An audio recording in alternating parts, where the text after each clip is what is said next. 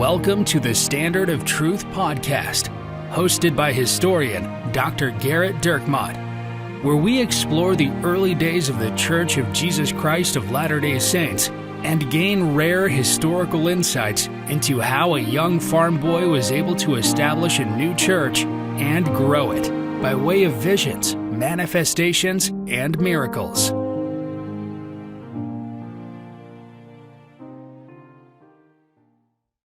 Hi, welcome to another episode of the Standard of Truth podcast. I'm your host, Dr. Garrett Dirkmott, and I'm joined by my friend, Professor Richard Leduc. Hello, Garrett. And when last we left you, the last episode, we were speaking about a book about secret combinations and early Mormon counterfeiting in the 1800 to 1847, a book by Kathleen Melanakis. And so, Garrett, you set the table a little bit about sources and publishing and a couple of different things. And so we wanted to get into that, but before we did, you had a text that you wanted to read. We're going to a different type of mailbag, one electronically sent versus the emails that we received. Very different. This was a text that I received from someone that they started off by saying, "Hey, today's podcast was amazing," and this was in reference to the podcast that we did on both the prosperity gospel and then also in our discussion about the kind of the meme about Joseph Smith polygamy that was being misappropriated. So it was, I think, Prosperity Theology 2.5 and Other Bad Arguments. Yeah, Other Bad Arguments. Yeah, that was Richard's naming of that. We get more and more creative as we go, and since they're not indexed, eventually you'll be able to find nothing. Anyway,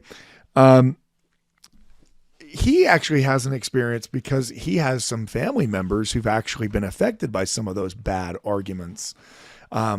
And so he had sent a text saying that the story of the dad with Julie Rowe was essentially what happened with our family members.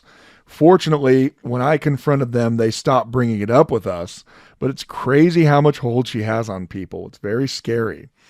And I said, thank you, for this. But he then said, I love the fact that you tackle things head on. You don't let people go on these false ideas without some actual knowledge. It honestly continues to strengthen my testimony, and I can't thank you enough. Obviously, testimony comes from the Spirit, but I believe what you do is a godsend because we need the tools to beat off the misconceptions that the anti-side brings because they are just so smart, in quotes. He puts it in quotes. You do this in such a way that you connect with many. As people are really confronted with true scholarly resources, they have to question their sources, and I believe it scares people. It's really easy to follow someone because they are smarter, but you are showing that they actually have no idea what they are talking about. Honestly, what you are doing is such a blessing to my life and my family. I also know all of those that I've got listening to the podcast feel the same way. I'm glad to know you and be able to call you my friend. You are changing lives. So that's very, very kind of my friend Jesse to send that. So, and it really kind of goes along with the theme of what we're talking about. And so we set the table. So if you, for whatever reason, if this is the first time that you've listened to the podcast is right now, you need to go listen to the other episode first. well, and we say we're an acquired taste. It's about, you need to listen. Give us 7 years of straight listening every week, and then by then you'll be numb and we'll be okay, palatable. I mean, it's what worked for Dave in Springville. He's like, I listened the first time, I hated it. The second time, hated it. Third time, hated it. Fourth time, hated it. Fifth time, I'm still going through it. Yeah. So yeah, that's where we're at. So just to level set, so an email who wrote in about family members that were persuaded by a YouTube video from this author, Kathleen, that talked about her book and some of her arguments. You talked about the importance of sources. You talked about the importance of publishing and having reputable publishers that are at least vetting some of these things. And so there was a lot of setup in that episode. And now in this episode, we're going to talk specifically about Right. some of And the arguments. we also talked about the importance of going to original sources. And we gave a very good example in our own church history where sometimes people unintentionally get the source wrong. And it can lead to pretty massive consequences, like thinking Emma Smith had more children than she did. That's a pretty big difference. So one of the key arguments that is made by this person, she presents it as a new argument, as something that she's discovered. And certainly that's the way it was in her YouTube videos that she did on this podcast, this other podcast, that this is something brand new, that she tracked this down. What you find as you go through the book, in fact, is that this is not brand new really at all. And now I knew before I ever read this book and before I ever listened to her interview, I knew about this story myself because more than a decade ago, one of my friends, when we were working together on the Joseph Smith papers, when we were working for the church history department, actually went to go track down some of these claims. So as I said, as we left last podcast, one of the claims that's made is that there's an easy explanation for how it is that Joseph came up with the ideas and thoughts that he came up with. Much of her book is what I like to call unisom anti-Mormonism. It's because it's what helps you sleep at night. There's a reason why the sourcing is very poor and very derivative, and in many cases, there's no source at all. Because the point is to try to provide an explanation for where Joseph Smith's revelations and his ideas came from. You're kind of, you're working kind of both sides of the street, right? When you talk about how Joseph Smith is a liar and a thief and desperate to try to make money any way that he possibly can, but also so industrious and so brilliant that he's able to write a book that's far beyond any of his writing abilities, but he's able to do that and do it so well that he convinces everyone that it is. I mean, he's the answer to everything is Joseph Smith's a liar, essentially, in her worldview. But there are some things that are just, well, frankly, they're just sloppy. So for instance, she writes, since the Smiths first claimed the Book of Mormon was translated from golden plates and began selling it, people have been trying to figure out who wrote it. To this day, Mormons are told that Joseph Smith could not have written it, as he was young and unlearned when he got the plates. Thus, it had to have come through supernatural means, as he claimed. Then, the last sentence of that paragraph is, but others believed he could have written it. Extensive investigations into these questions have revealed more and more about what probably happened. Now notice already, there's already some weasel words in there. I have definitive proof that that's not how the Book of Mormon came about. Here's what probably happened. Well, then it's not going to be very definitive, right? It turns out that many of the ideas that ended up in Mormonism can be traced back to the social and intellectual ferment that emanated from early Dartmouth College community. Joseph and Lucy Smith lived in the vicinity of Dartmouth from before their marriage on January 24th, 1796, until they left for New York in 1816. Their second son, Hiram, whose name was spelled Hiram at the time.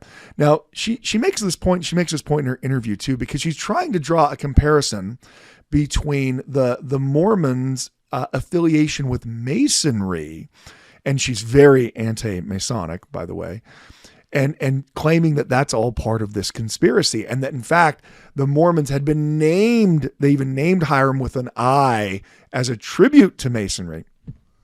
I have to tell you, as a Joseph Smith historian, I have no idea how they think they know that Hiram Smith's name was once spelled with an I and then was later spelled with a Y, and let alone the reason why they changed the name. Well, so they very specifically, she calls out that it was with an I, and then in 1826 it was changed because of the anti-Mason movement. And the sources that she has for that are no sources.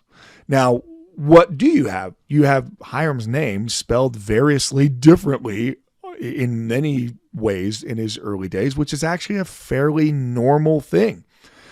Joseph Smith does, in fact, spell Hiram's name different in a letter that he writes to Hiram in 1831, but he spells it Hyram. So, I guess he actually changed it another time. That must have been when he was shifting into the deeper Masonic stuff that he decided, that's how deep it goes. That's how deep it goes. The reality is, finding someone's name spelled one way on one form and then one way on another form and then making a big deal out of it is essentially the anti-Mormon version of what Latter-day Saints have done in some cases in arguing that the reason why Simon's Ryder, apostatized and left the church was because his name was spelled wrong on a revelation. That we'll talk about that someday, but that entire argument comes from a Disciples of Christ minister at his funeral trying to explain away the fact that Simon's Ryder at one point became a Mormon and then left. But, that's where we get that argument. But in fact, we see Ryder himself variously spells his name various different ways. People spell it various different ways all throughout his life. It's a weird thing to the 21st century person who thinks, no, there's only one way to spell someone's name and that's the only way you spell it. I just finished doing research on a very educated man and family, and his name's Minor Deming, and his name Minor is a very weird name, right? And when he writes it, he spells his name Minor. But on his tombstone and in various other documents, it's spelled like he's a minor 49er, oh my darling Clementine, that it's Miner. Well, now imagine making an argument about that, right? That, the reason why Minor spelled it with an O and that later his descendants spelled it with an E was because they knew that he'd been accused of committing murder. And so they wanted to separate themselves from him. So they decided that they were going to change the O to an E to make sure that no one connected the son who had the same name with the dad who'd been accused of murder. Now, I just told you a nice little fairy tale that sounds kind of convincing. And there are literally zero sources to back it up. And so this isn't a small thing that she's saying that Hiram changed the spelling of the name. Because she's connecting the Smith family counterfeiting to their connection to Masonry, and that his spelling of his name shows how deep they were in with Masons on counterfeiting. They were so deep into Masonry that they named their son Hiram after the founder of Masonry. Well, according to Masonic lore, all the way back to the builder of Solomon's Temple, Hiram Abiff. Of course, it's a very popular name, actually, in America, and it's not just Masons who are naming their children that. But the claim is that they later changed the name in order to kind of cover up some of the Masonic elements. Well, again, do you have anyone who says that? Do you have anyone credible who says it, even if someone does say it? If someone 80 years later says, yeah, the reason why they changed their name was to hide their Masonic roots, well, that's not credible, even if someone does say it. And so the argument that's going to be put forth here is that the Book of Mormon could have been written by Joseph Smith or his compatriots, and in fact was. So here's one of the things that they're going to make the argument. Professor John Smith and the Culture War at Dartmouth College. Now, first of all, very important to understand, Dartmouth College is brand new in the time period you saw. Like, if I say Dartmouth to you right now, you're thinking Ivy League, and they probably just lost to Princeton in that basketball game. Because Princeton, they've got a great offense. Princeton just owns everybody in the really basketball. Great, yeah. I mean, it's like no one's ever like, I'm going to take. Well, Harvard's been okay. They are, but no one works a shot clock like Princeton. Well, that's the thing. Princeton's like, what is the shot clock? 25. Well, we figured out actually by a Pythagorean theorem how to get the ball to the corner right at the last second before the shot clock goes off. But so when you think of a university, you're thinking of it as booming, right? You're thinking of it as thousands of students in a sprawling campus. In fact, there's 32 students enrolled in one of the years there in the mid 1820s. So that's not what you would call a gigantic university, right? It's brand new. It's just starting. So part of the argument that's going to be made is that the Latter-day Saints, well, Joseph Smith and Hyrum Smith, steal a bunch of the ideas that they'll use both in the Book of Mormon and in the later theology of the church from a very certain university professor at Dartmouth, Professor John Smith. This is the statement in the book. It is little recognized that Joseph Smith Sr. was directly related to Professor John Smith of Dartmouth College. Now that's period, full stop. So it's very little recognized, this fact. Professor Smith was the best friend and trusted colleague of Dartmouth President John Wheelock. And again, saying Dartmouth President makes it sound like, it's a huge, important deal. It's a guy with 30 students. Okay. It's brand new. You need to think of this more of like an extension of an extension of an extension of a community college, right? This is not a giant campus. Professor John Smith was the son of Joseph Smith and Elizabeth Palmer, both cousins of Asel Smith and Mary Duty, the paternal grandparents of Joseph Smith Jr. And now there's a footnote there. And that footnote goes to an article that was published in 2006. So first and foremost, this claim that this is brand new information that she discovered is clearly not terribly brand new, because this book's published in 2016 and this article is published in 2006. That article is called Dartmouth Arminianism and its impact on Hyrum Smith and the Smith family by Richard K. Behrens. It was published in the John Whitmer Historical Association Journal in 2006. The John Whitmer Historical Association is the historical association of the Reorganized Church of Jesus Christ of Latter-day Saints, which is now known as the Community of Christ. The article is published by a non-historian. Behrens himself is not a historian. He's a Dartmouth graduate. And I think because he's a Dartmouth graduate, he's very interested and, it was very close to where the Smiths were living. What is the connection between the two? Well, first and foremost, there's one thing that's already very troubling to me. Notice the sentence I just read. Professor John Smith was the son of Joseph Smith and Elizabeth Palmer, both cousins of Asel Smith and Mary Duty, the paternal grandparents of Joseph Smith Jr. Okay. Mary Duty grew up in Rowley. Rowley? I think it was. Boy, no. we even searched that out. Raleigh. It was Raleigh. It was Raleigh. We apologize to everyone in Massachusetts. There's only 3 people listening there, and that's mainly because your wife's traveling. My wife is currently in Massachusetts with my brother. In Raleigh, Massachusetts. So again, I'm still reading from her book. Mary Duty grew up in Raleigh, Massachusetts, so it is quite certain that she knew her mother's first cousin Elizabeth and her young son John. Okay, so that's from the book. Now it cites to the article, but here's the problem that is already a scholarly conundrum here. Again, let me just read it again one more time.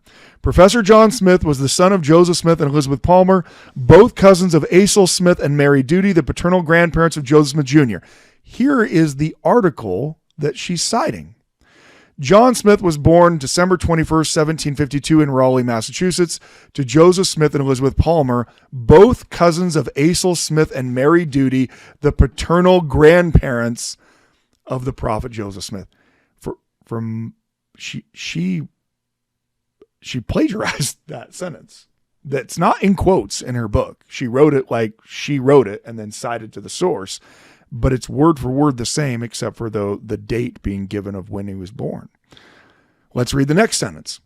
Mary Duty grew up in Raleigh, Massachusetts. So you have that. What's the next sentence in this article? Since Mary Duty grew up in Raleigh, where her family lived for generations before her marriage to Asel and subsequent move to nearby Ipswich, it's quite certain that she knew her mother's first cousin, Elizabeth, John's mother. From the book, Mary Duty grew up in Raleigh, Massachusetts, so it's quite certain. It's almost like this is the exact same words being used. That she knew her mother's first cousin, Elizabeth. Back to the article, that she knew her mother's first cousin, Elizabeth. This level of plagiarism is actually something that would be caught on Turnitin.com from my students. Now, someone might say, well, it's not plagiarism because she did cite the source. Actually, if you're saying that, then you're not an English professor, and it is plagiarism. Because even if you provide a citation, and by the way, there isn't a citation to that second part, that second part where the sentence is essentially copied, the footnotes before that sentence.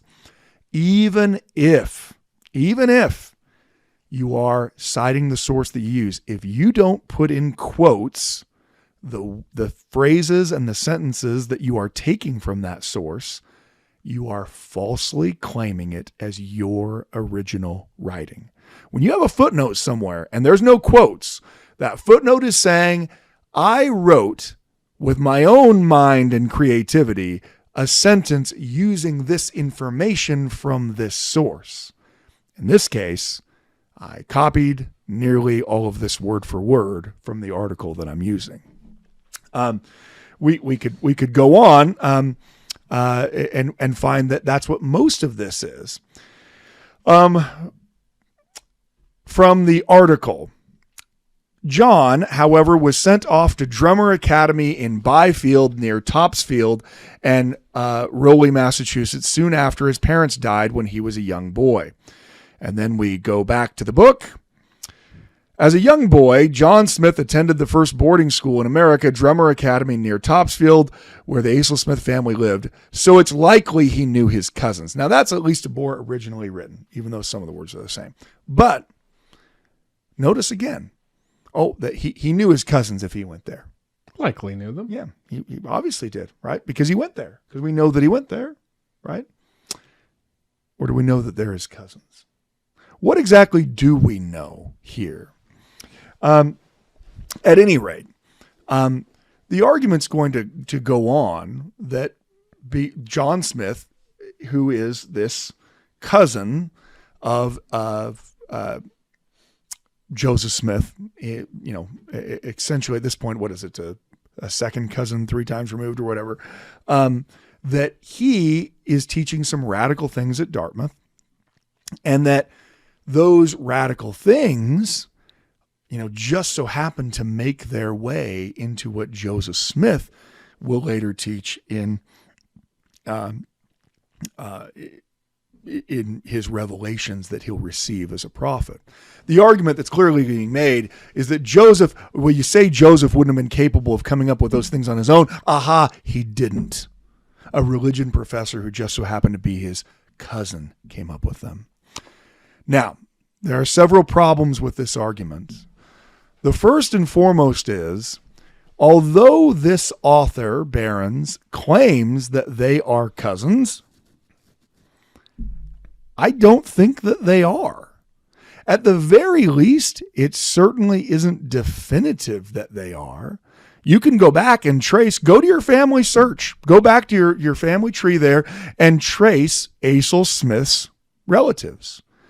And you won't find a second cousin 3 times removed that is John Smith. You're not going to find that among the descendants. Now, it's not definitive in family search that not everything's right in there, but there isn't a John Smith that's related to Asel Smith. Certainly not the one that's a doctorate of divinity that is teaching at Dartmouth.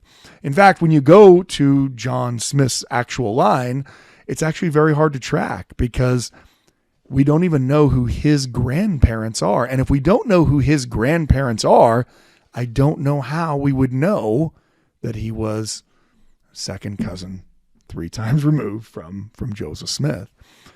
I don't know exactly where this author got this information, but actually, like I said, I have personal firsthand knowledge of this because my colleague actually went out to Dartmouth to research this when the author of this article, told him of this connection.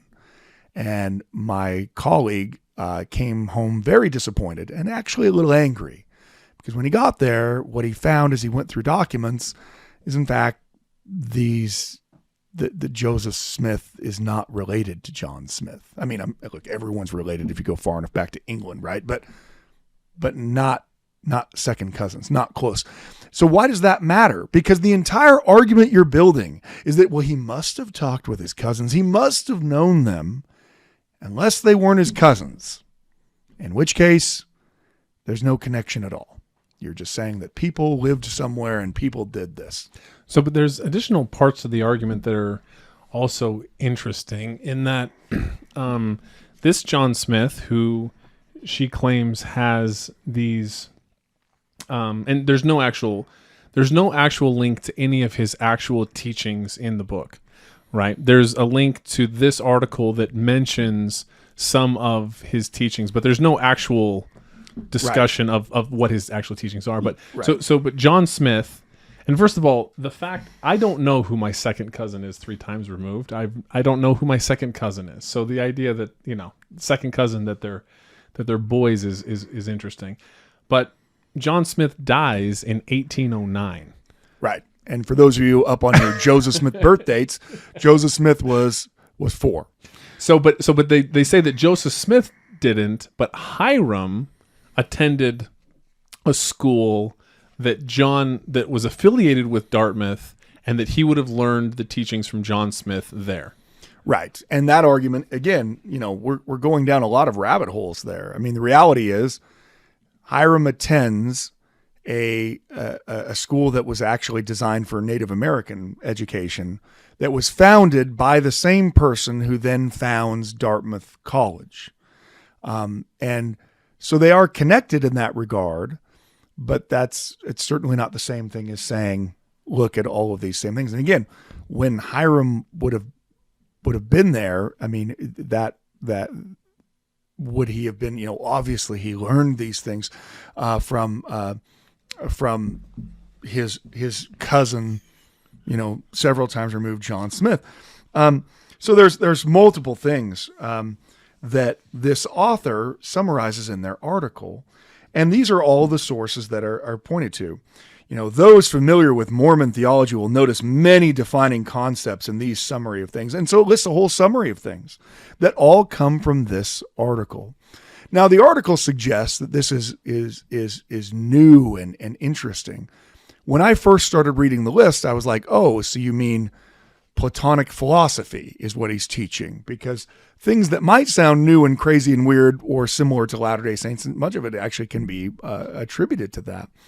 At any rate, the argument is being made to undermine Joseph Smith's own claim to how he received revelations and how the Book of Mormon was actually produced. So,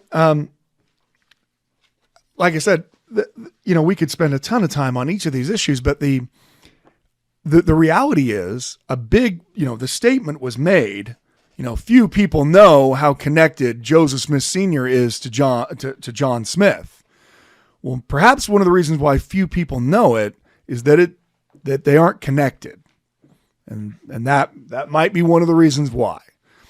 Now, why does that matter? You're thinking, well, that just might be a mistake that Barron's made, and that then this author, unwittingly, made. Well, because you're using it as a vehicle to prove that Joseph Smith lied about the origins of the church. So if you're using it as a vehicle to prove something historically, then you better find out whether or not it's actually the case. Again, people make mistakes, but if you're going to make the argument that this is proof of X, this conspiracy goes that deep, well, then you may want to take a trip out to Dartmouth and do some genealogical research on your own, rather than just taking a single statement in a 10-year-old article that is made by a non-historian. It might seem, like you say, it might seem like a small deal, but it is a pivotal part of her argument. Yeah, that it's from the very beginning. That's where these things come from. Now, further on that point of where the Book of Mormon come from, the book starts off essentially arguing, look at all these things about Joseph Smith and money digging, but it eventually kind of devolves into just your standard fare anti-Mormon, piecing together terrible arguments. At one point, there are multiple citations to anti-Mormon publications, not as examples of arguments against Joseph Smith, but as definitive factual sources. In fact, Lighthouse Ministries, the noted anti-Mormon group in Salt Lake City that was founded by Gerald and Sandra Tanner, their publications get cited in this book not as an example of people responding to Joseph Smith's truth claims, but as factual evidence, something that you're not going to find in the publication of a history of Mormonism from a non-Latter-day Saint PhD historian, because there are rules when using historical writing. So one of the things, Richard and I, as we talked about this, one of the things that comes up, it's kind of the same question that always comes up. And that is, let's say, maybe we just can't find it in any connection that we can see, but maybe John Smith really is related to the Smiths as their second cousin 3 times removed. Okay, so let's say she's right about that. Let's say she didn't plagiarize those sentences. That really is that really is a bee in your bonnet. It is really bad Look form. At you. I'm telling you right there. That's made you more upset than almost anything else. Because the problem is when you're just copying someone else's work uncritically, it actually becomes a very easy thing to do because you aren't thinking through the argument because you're just stealing the argument, and then sometimes you start stealing the words. Anyway, Let's just grant that. Let's say that, okay, she's right. Actually, it is second cousin 3 times removed. And as you pointed out, I don't think anyone listening even knows who that is unless I bet, Bill will email us. I know who my second cousin 3 times removed is. If anyone does, Ari number 1 does. No question. What about the second Ari? I feel like we need the second Ari to write. Just the second Ari in the world. Did he stop listening to us? Well, yeah, of course he did. But I will say, that one of the things that's funny is that Ari gets fan mail from other fans of the podcast. It's hilarious. We have so many people who reference love Ari all the time. Yeah, they love it. Yeah. So anyway, so if I granted you, okay, so he is related to him. Let's say that John Smith is teaching unique things at Dartmouth, not just things that are actually being discussed in multiple other places throughout the United States at the time. For instance, she attempts to make a big deal in her book about the fact that, and what did they have at Dartmouth? They had something called the School of the Prophets. Where do you think Joseph Smith got the idea School of the Prophets? I'm guessing it's in that deeper, lower voice. Well, the reality is schools of the prophets are what you call religious education of people in divinity schools all over the place. It's long been known among actual historians of Latter-day Saint history that the term School of the Prophets is a pretty ubiquitous term for people learning religious teachings in early America. So I know it sounds like a conspiracy when you're either A, talking to people who don't know that, or B, just found out yourself, but it's not actually a conspiracy. It's more like trivia. It's more like, hey, where'd the term School of the Prophets come from? That was a pretty ubiquitous way of talking about people learning things in a religious school setting.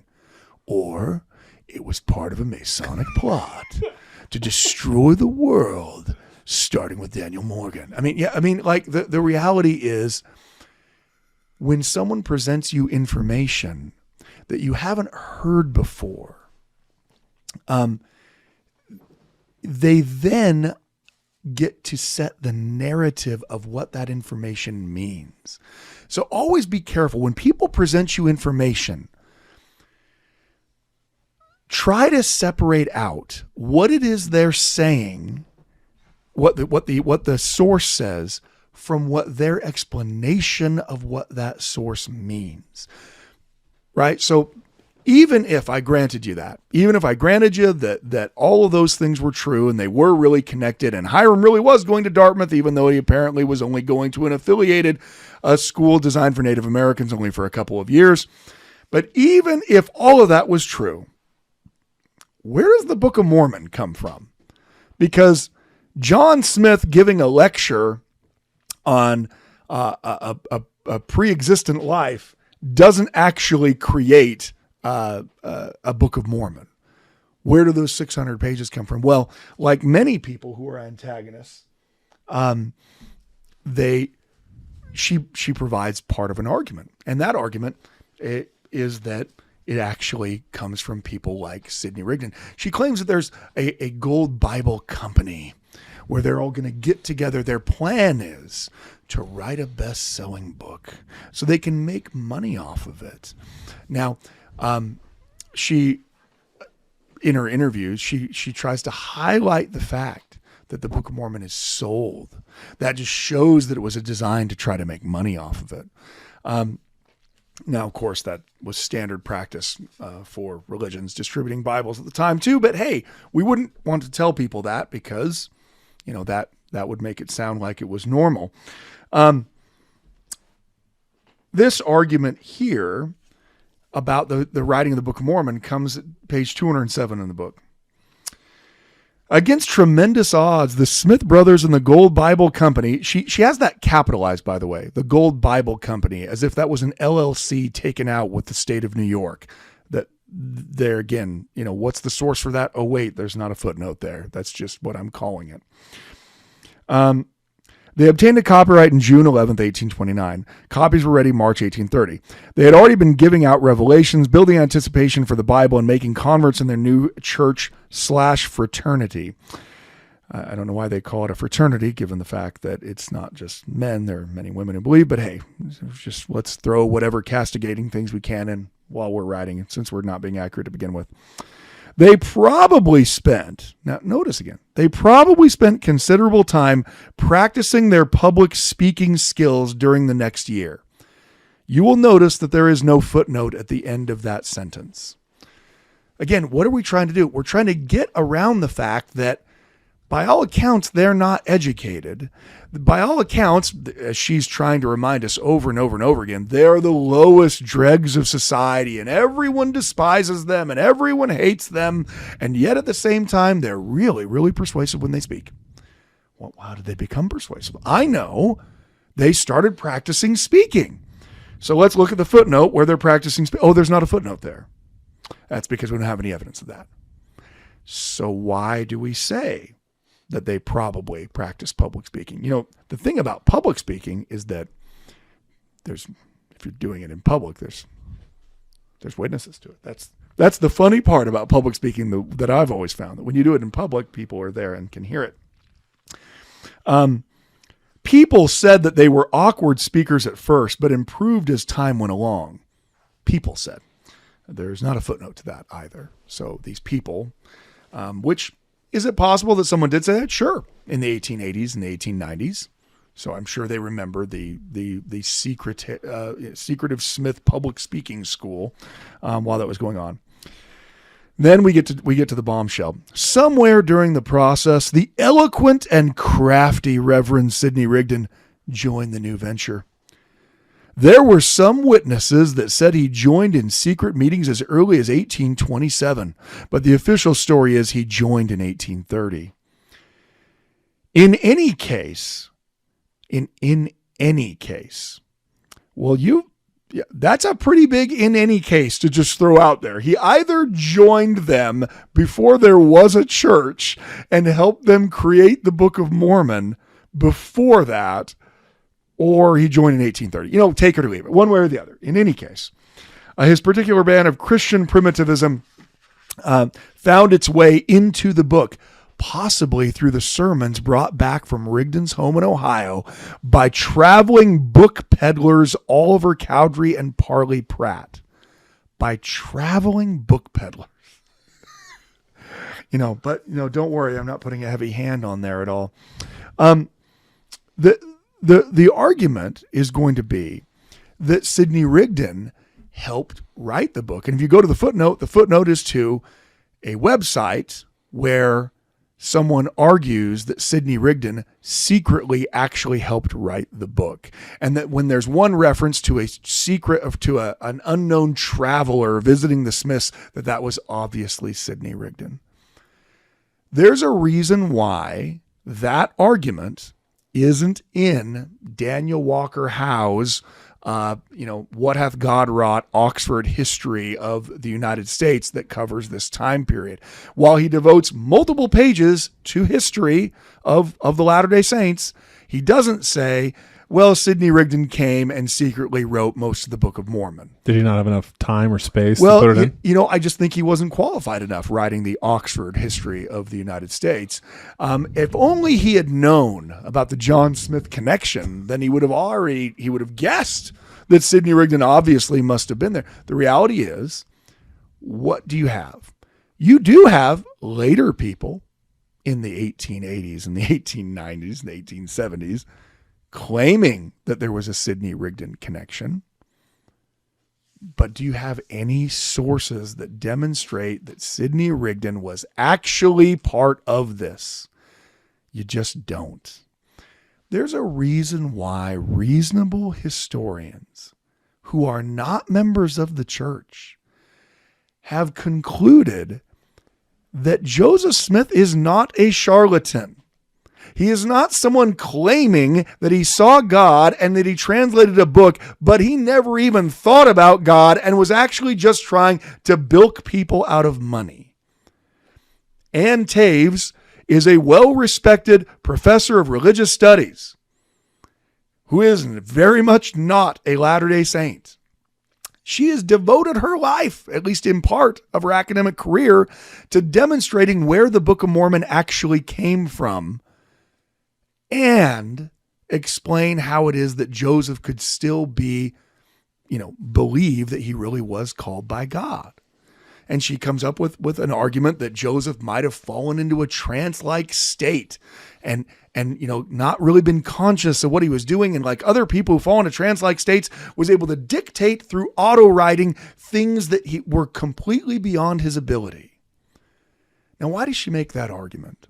She makes it because the weight of the 12,000 Joseph Smith documents that we have, the dozens of private reflections and letters, the hundreds of thousands of words that we have from Joseph Smith, all demonstrate one thing: that Joseph really believed that he was called by God. And not just for public consumption, not just so that people could think that he was called by God, but to himself and to Emma and to his so-called co-conspirators like Oliver Cowdery and Martin Harris, where they personally and privately write to one another with their fears that they have about displeasing God, about trying to make sure that they follow the commandments of God. It's not a credible argument. I understand why someone who is not a Latter-day Saint would make the argument that maybe Joseph Smith just thought he saw God. And that's the reason why he so doggedly held to his testimony. And you know what? I very much respect that idea. I understand why someone might say, look, I don't even know if I believe in God. So maybe Joseph just thought he saw something or really felt like he was being talked to by God. I respect that argument. I understand why someone makes it. It is an entirely different argument to claim not only was Joseph just confused about whether or not God was talking to him, but the entire religion, every revelation, the Book of Mormon, and the entire creation of the church itself was merely a scheme to try to bilk money out of people. And that it was then shrouded in the claim of, religious persecution, as if religious persecution didn't actually exist. What you find with Latter-day Saint history is its detractors seem to think that the persecution of Latter-day Saints is justified. That while we would be shocked and in horror at the murder of little children for any other reason, well, if their parents were Mormons and it was Hans Mill, I mean, what do you expect? They deserve that. I've literally heard PhD historians say things like, well, they deserved it. A 6-year-old deserved it. A 6-year-old deserved to be murdered. I think whenever you want to check your biases to figure out if you've gone too far down the road of whatever it is you believe, if ever you are justifying the murder of a 6-year-old, you've gone too far. That's a good way to check your biases. Well, so Garrett, we do have our crack research staff here. Yes. Has now it's not the Clemson game must be over. It is over. They covered. So no, my wife doesn't think that's funny ever when I say it. Yeah, so she wants him to never talk about that again. I'm actually be on the podcast. That's true, that as well. So this isn't by Lyrical Productions. But it is by the Yale University Press. So Dartmouth School of the Prophets, obviously, that was stolen by Joseph Smith later. Yeah. But it goes back even further than that. Yale College, 1701 to 1740, School of the Prophets. Yeah, the School of the Prophets is a very common way to designate. You have to remember that all these schools are religious schools to start with. Yale and Harvard, they are all divinity schools. They're all founded by religious groups, and their primary purpose is that they turn out pastors at first, right? They're designed to train the clergy. And so that was you called it the School of the Prophets because that's how you were creating these people. And so does that mean that Joseph Smith didn't really see God in Jesus, and that all the members of the School of the Prophets in Kirtland who said that they saw God in Jesus, that didn't really happen because there were other things in the country called School of the Prophets at the time? It's a perfect example of how someone is using shock to make an argument. It's not that we can't comprehend of the idea of calling something the same thing that everyone else calls it, right? We didn't come up with a different name for our church benches. We call them pews. Well, Sunday school, that's unique. No one's ever called anything. No one's ever called anything. You know what? The sacrament. No one's ever used the term sacrament. Baptism, we invented that. I mean, the reality is the tactic is to say, here's something that you don't know. And then on the basis, because you don't know it, I am now going to argue a nefarious reason why you don't know it. When the point of the matter is, there are a lot of things we don't know. If you are living your life always at the mercy of someone knowing more about the past than you do, well, we are all in for a disappointment because there's always someone who knows more than we do. In our interview, there were a couple of things that were so sloppy and so overstated that even the antagonistic anti-Mormon interviewer who's interviewing her has to pull back and say, well, no, wait a minute there. Joseph Smith DNA testing, that was a perfect one. Yeah, a perfect example. As they started to talk about plural marriage. Because it always comes back. Yeah. Look, if you're going to make an anti-Mormon argument, you better start, end, and begin with plural marriage. You better, the middle's plural marriage. It's essentially like what my daughter does when she makes a Nutella sandwich. You need some modicum of bread and then 7 or 8 tablespoons of Nutella. I mean, it's oozing out of the sides of it. That's what polygamy is to any anti-Mormon argument.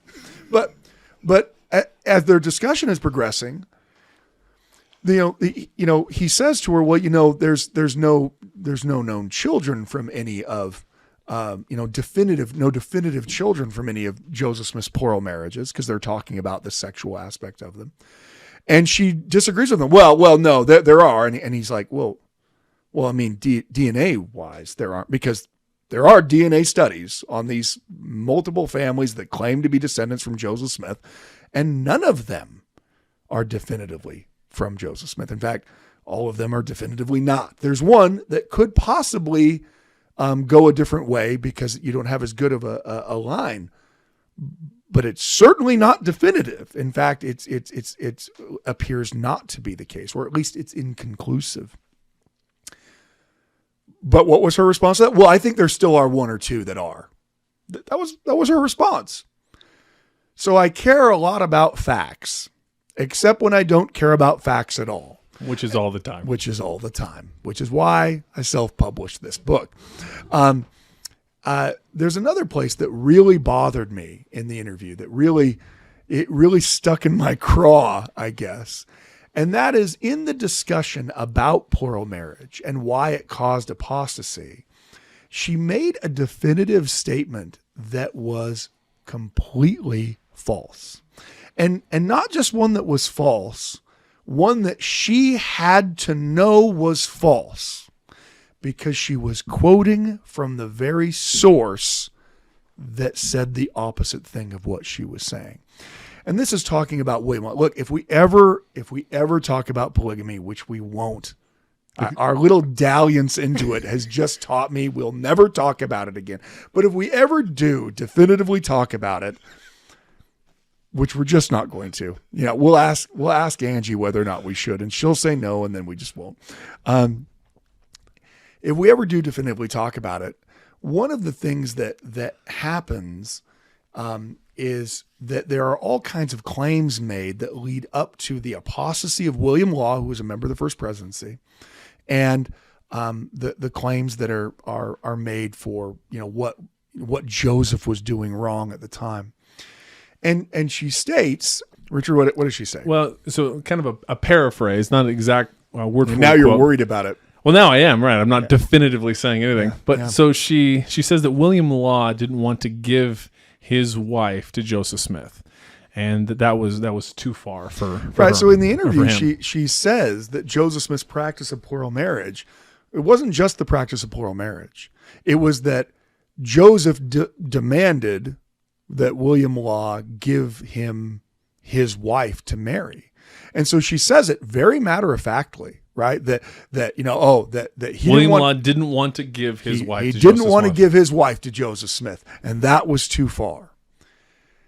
Now that sounds very powerful, and it sounds like, I wouldn't be giving my wife to anybody either, and you're right, no wonder William Law left. The problem is we have William Law's words. And in fact, the anti-Mormon Wilhelm Weimettel, who was trying to write his own anti-Mormon work in the 1880s, wrote multiple letters to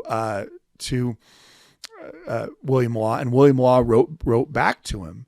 And after some of those were published, and after the book was published, William Law actually wrote back to Wilhelm Weimettel, and he actually specifically pointed out something that he thought was false.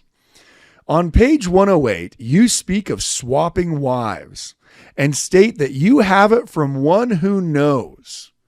Now let me say to you that I never heard of it until I read it in your book. Now look, William Law hates Joseph Smith.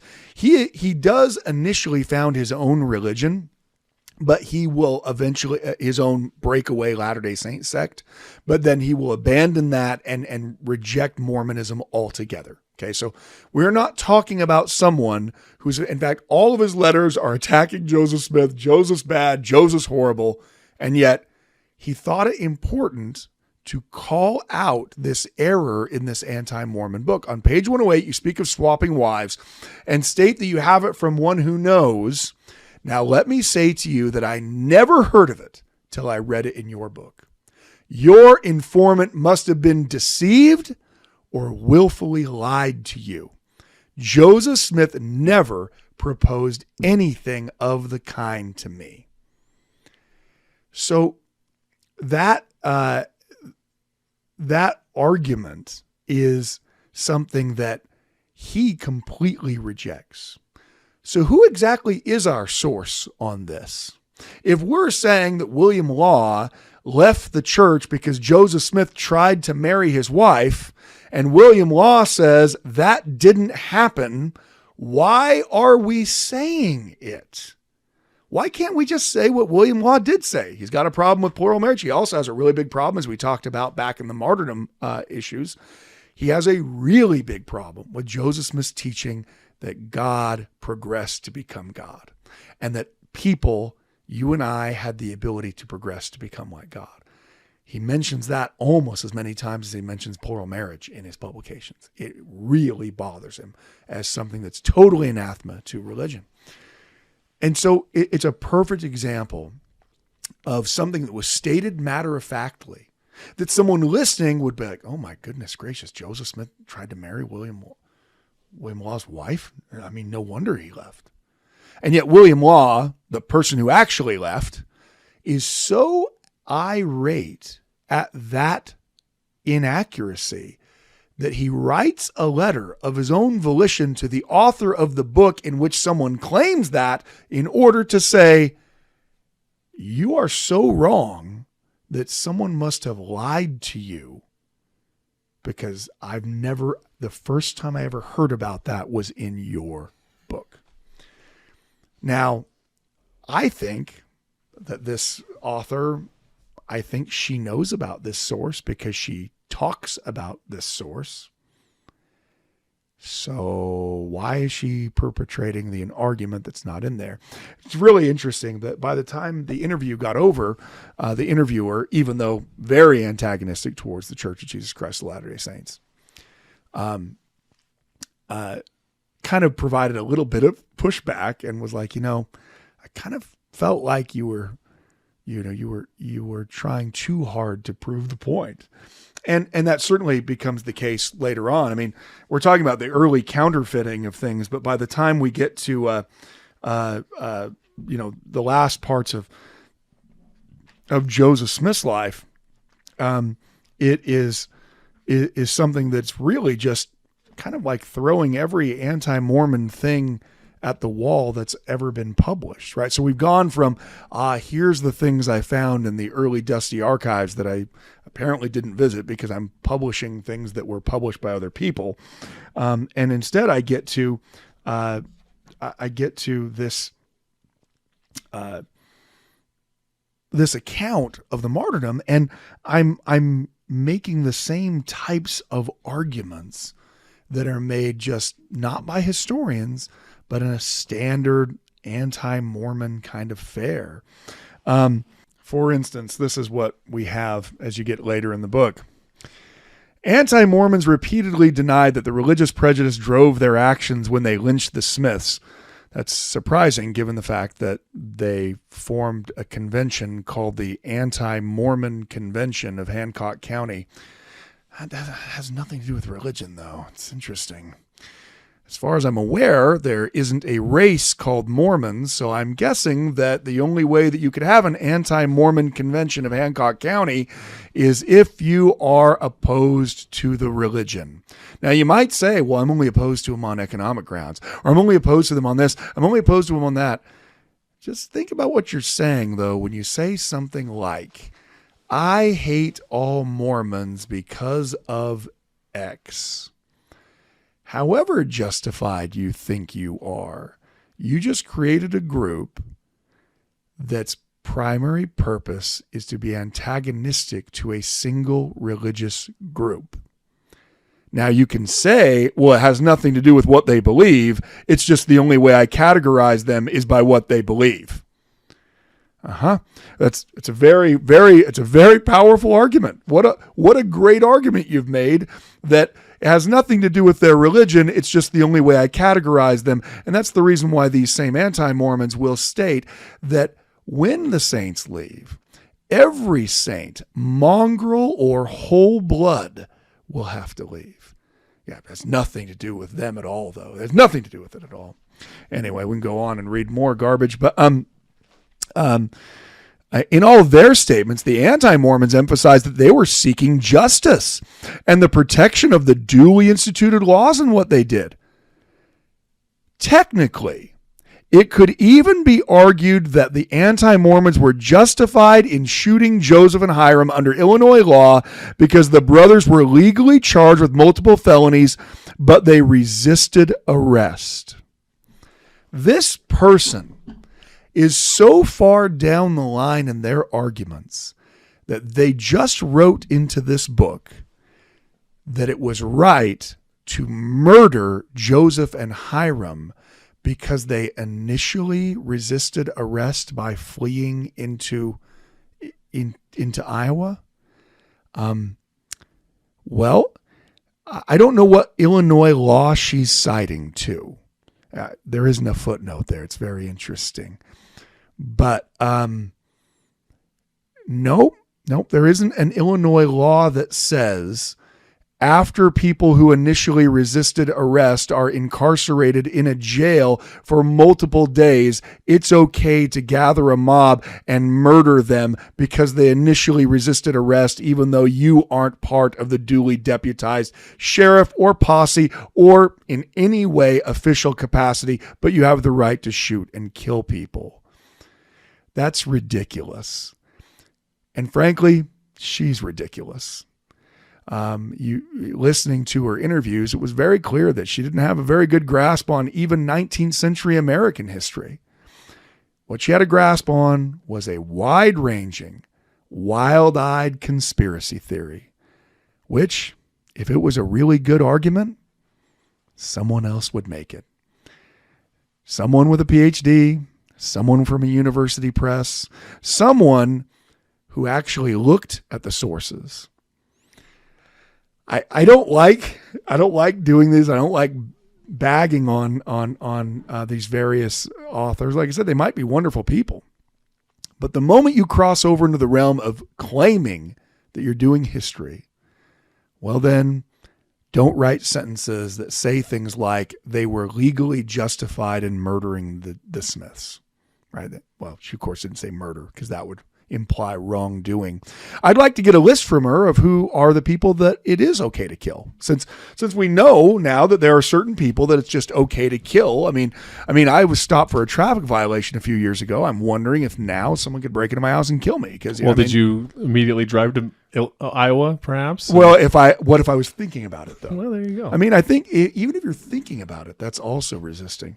I mean, there's like I said, I could go through, eventually the conspiracy has gone so far that any unexplained death that takes place on or around the last years of Joseph's life or the first part of Brigham's existence. Oh yeah, that was probably because he was poisoned.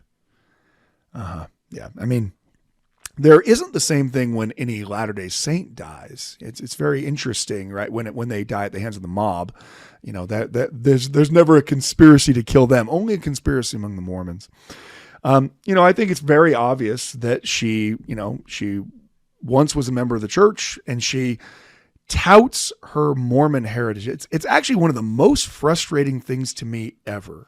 When someone claims that they have special authority to talk about the history of the church because they're from Heber C. Kimball's lineage, what in the world are you talking about?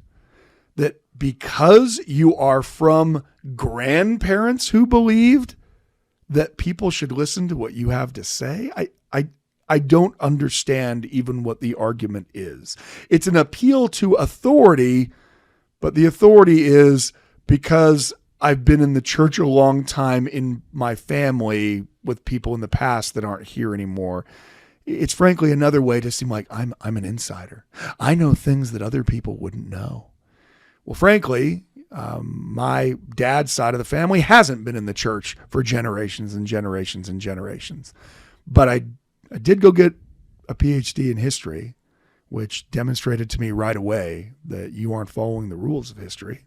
So, I mean, I don't know whether that comes from good Mormon stock or not. You know what? Actually, according to your argument, because Mormons are such good counterfeiters, maybe it is part of your stock. You got to the point where it was built into the DNA, and that's why there was some plagiarized sentences in there. You brought it back around. Yeah. Way to go. Yeah. That's very funny. It's a frustrating argument from my side as well, as I'm I come from a family of recent converts. And so when people apply to a sense of authority because of something and then attempt to try to bring down the church, it is an eye roll to the max for me. I mean, it happens inside the church too, where people, claim authority. I have a colleague who was in a discussion and an argument with another colleague many, many years ago. So if you're trying to figure out who this is, you have no idea. You'll never figure it out. It was last week. Yeah, it was just today. No. And one of these people, in order to make the point, because they were very certain on their point of doctrine, they appealed to the fact that they were very closely descended to some of the prophets and apostles. And they said something to the effect of, well, I have the blood of prophets running through my veins, and I think this is right. Well, while that sounds like a good argument, it's also not an academic one. And, I think the reason why these things frustrate me so much is you can come across as an expert just by regurgitating other people's writings onto a page, by pointing out things that stand to reason, and by saying, oh, look at this, I bet you haven't heard of this. But you aren't actually trying to educate people, because if you were trying to educate people, you wouldn't make an argument that in Illinois law, it was okay for a mob to go in and murder people who were already duly arrested in a jail. You would try to help people understand what was going on. You can present your sources and your evidence, but you wouldn't make conclusions that were always, always, always in opposition to the church. And again, the argument that Joseph Smith is a charlatan is an argument that is not made by the historical community. So why are you making it? Well, because I think you're making a religious argument. I think she's making a religious argument that she doesn't believe Joseph Smith was a prophet, and she's trying to prove her religious argument via a very convoluted, poorly sourced, poorly argued, and poorly defined conspiracy theory involving Masons and counterfeiters, involving murders and secrecy, involving secret signs and tokens and temple ceremonies that are all lead-ups to secret murders as well. And frankly, it's the tired argument of people in the majority to attack minority groups, to claim that they are in a conspiracy, that they actually have more power than they actually do. And I hope that we, as Latter-day Saints, we don't ever do the same thing to other minority groups. It is essential that we judge people individually. However desperately our human natures try to get us to judge people on the basis of the group they are affiliated with, remember that your Savior judges you individually. Even if you're from a group that he doesn't like, even if you are, I don't know what political persuasion he is, right? But the reality is your Heavenly Father loves you individually and judges you individually, and your Savior died for you individually. I know that I've made a lot of historical arguments over the course of these two podcasts, but I'm very upfront with the fact that I believe that Joseph Smith was a prophet of God. I believe it despite everything that's in that book. In fact, in some cases, I believe it even more because of how badly it was written. But I believe because the Holy Spirit has told me that. It's the same reason why I know that Jesus is our Savior. I can't know that through historical means. I know it because the Holy Spirit has told me that Jesus died for my sins. And so, I've tried to say a few times in other podcasts, if you are struggling with difficult questions, if you have a family member that's presented something that you don't know anything about, that you've never heard of, and they're saying, well, it stands to reason and it's really troubling you, I just really encourage you to go back to the source of all of this, to the Book of Mormon. Go back to read it and ask God whether or not that comes from God. Antagonists will always have arguments that they will make. Well, what about this or what about that? But ultimately, a testimony and faith can only come through your individual communing with God and the Holy Spirit. I can, answer emails all day long, poorly as the case might be. But once you receive that indelible imprint from the Holy Spirit, it's transformative. That doesn't mean we stop our learning, but it does mean that we are not so easily pushed around by every weak argument made by a detractor. And when someone presents something that we don't know, we say, you know what? I don't know about that, but I'm going to go find out more. Instead of panicking and saying, oh my goodness, this whole thing must be a fraud. Because the Holy Spirit isn't a fraud. And when you feel the Holy Spirit working in your life, when you feel the forgiveness of your sins, when you feel that power of testimony, that's not a fraud. And I would submit that the people who are trying to convince you that it is a fraud are themselves the fraud, because you know what you felt. So thank you so much for joining us, and we will talk to you again next week. Thank you for listening to the Standard of Truth podcast, hosted by historian Dr. Garrett Dirkmott. If you know anybody that could benefit from the material in this episode, please share it with them. And for more resources, visit standardoftruth.com. Until next time.